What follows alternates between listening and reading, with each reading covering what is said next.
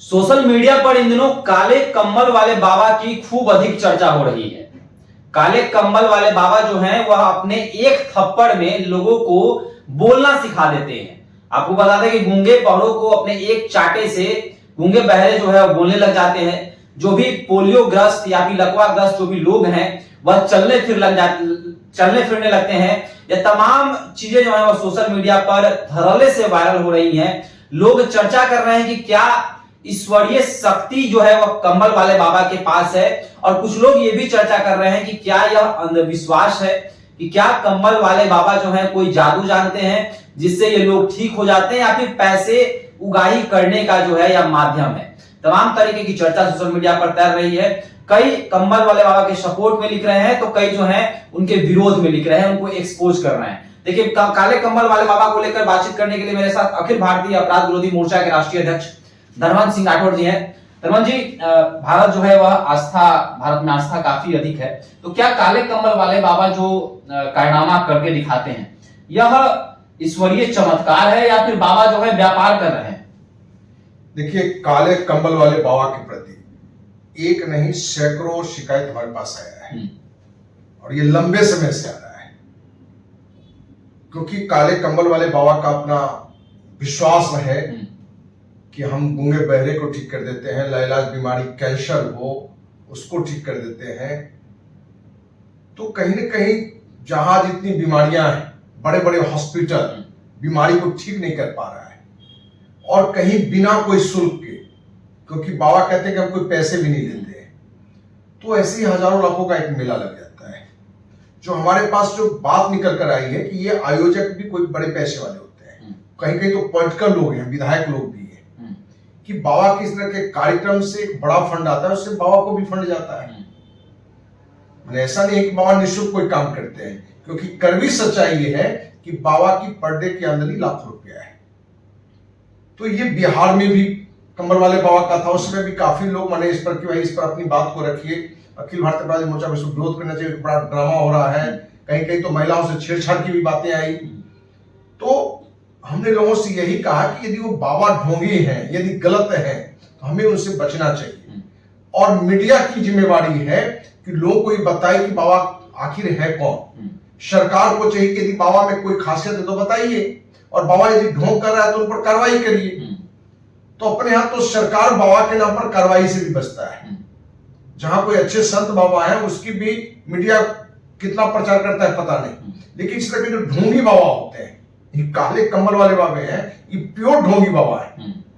और इस तरह के एक नहीं, अपने देश में सैकड़ों हजारों में लोग हैं जो एक रणनीति बनाता है कि कैसे कैसे लोगों में एक भावनात्मक रूप से जोड़ना है, कैसे कैसे बताना है।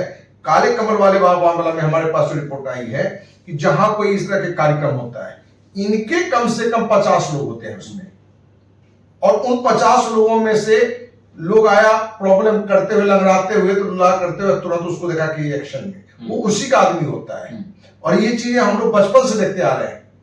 जब पटना हम आए थे यहाँ, तो देखे कि गांधी मैदान में 2-3 लोग अपना मांझा लगाए हुए हैं और अपना वो कि भाई ये प्रोडक्ट है, टोटल दांत का पाड़िया फाड़िया सब ठीक थे, किसी का वो शारीरिक कमजोरी का प्रॉब्लम ठीक, नपुंसकता ठीक, और लोग पूछे उसी में से कोई हाथ उठा के बताए कि भाई हमारा ठीक हुआ, हमारा ठीक हुआ, तो उसी का वो आदमी होता था।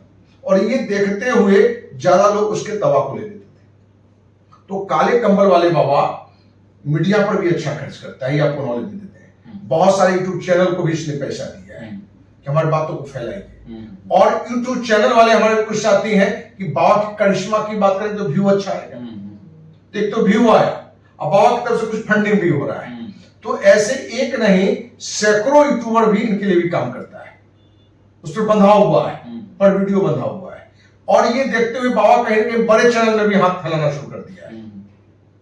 तो आपको अपने ढोंग का, अपने इस तरह की बातों को यदि फैलाना हो, तो अपने देश में गांव की कहावत है, जब तक लोभी जिंदा है ठग भूखा नहीं मरेगा। तो ये महाठग लोग हैं, ये ठग नहीं है, ये ऐसे ठग हैं जो ठग को ठग ने ठग लिया, मानी लोग साधारण ठग को भी ठग लेने वाला ये महाठग काले कम्बल वाले बाबा है। तो बहुत बड़े करिश्माई है, और कहीं के पॉलिटिकल लोग भी इनसे जुड़े हुए हैं। बड़े बड़े फंडिंग जैसे व्यवसाय के लिए किया जाता है, उसी तरीके से इनके भी कार्यक्रम का फंडिंग होता है कि हम इतना पूंजी लगाएंगे, आपके आयोजन का प्रॉफिट जो आएगा इसमें इतना परसेंटेज मेरा, इतना परसेंटेज आपका। तो हम पूरे देशवासियों से कहना चाहेंगे कि काले कम्बल वाले बाबा, जिनके बारे में हमारे पास रिपोर्ट भी आया है, बहुत सारे लोगों ने जानकारी दी है, ऐसे लोगों ने जानकारी दी है कि बाबा ने जो चीज कहा उसको 100% हमने फॉलो किया, लेकिन रिजल्ट क्या है? 0। और कहीं ना कहीं आर्थिक नुकसान हुआ है, परेशानी हुआ है, समय भी जाया गया है। तो देशवासियों को सोचना है कि ऐसे जो भी ढोंगी हैं, ऐसे जो भी पाखंडी हैं, ऐसे जो भी बाबा हैं, उनके अंधविश्वास से बचिए।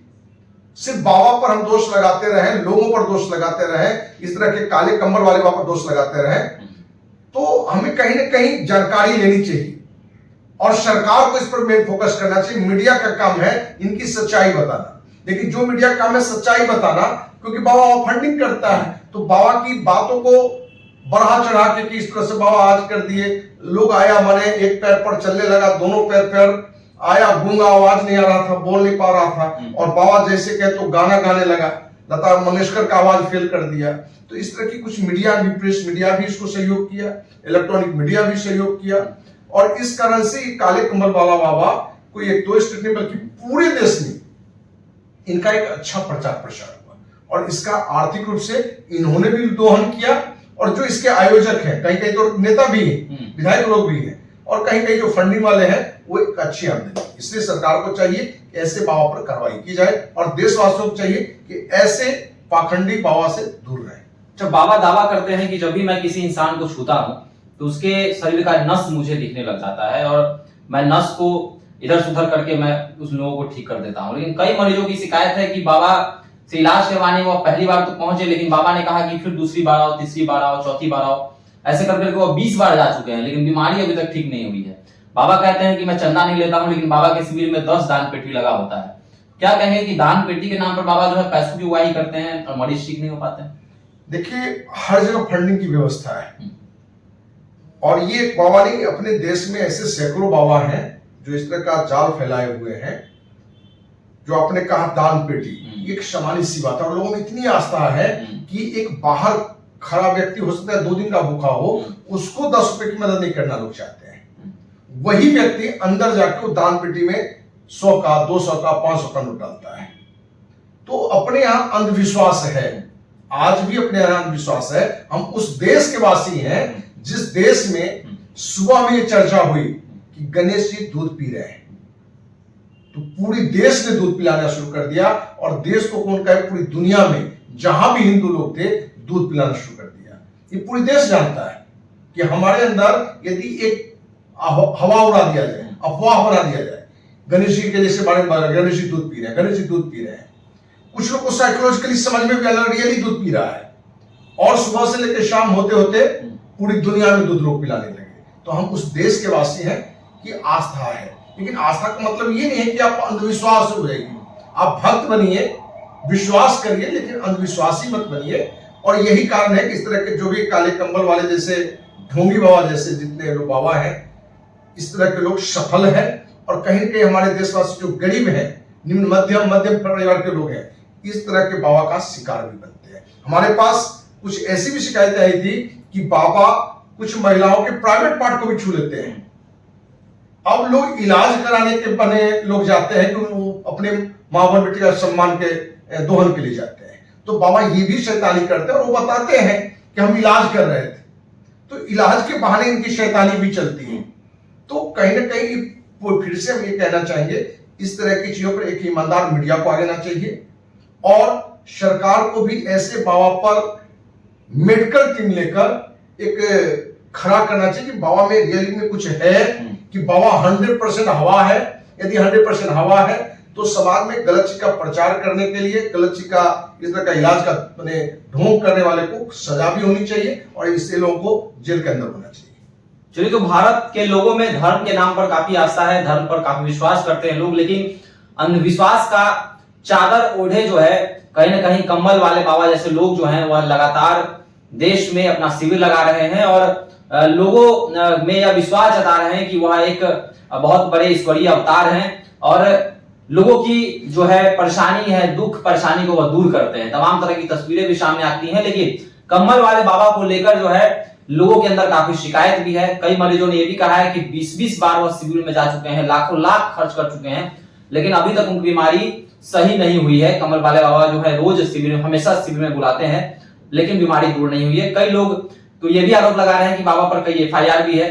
कई लोग ये भी आरोप लगाते हैं कि बाबा जो है इलाज के दौरान महिलाओं के प्राइवेट पार्ट को भी छू लेते हैं, और तमाम तरह के जो आरोप बाबा पर लग रहे हैं। तो आपको क्या लगता है कि कम्बल वाले बाबा क्या सचमुच चमत्कारी हैं, या फिर जो है लोगों में अंधविश्वास है और कम्बल वाले बाबा जो है वह एक फ्रॉड है? आपको क्या लगता है? आप हमारे साथ साझा कर सकते हैं। धन्यवाद।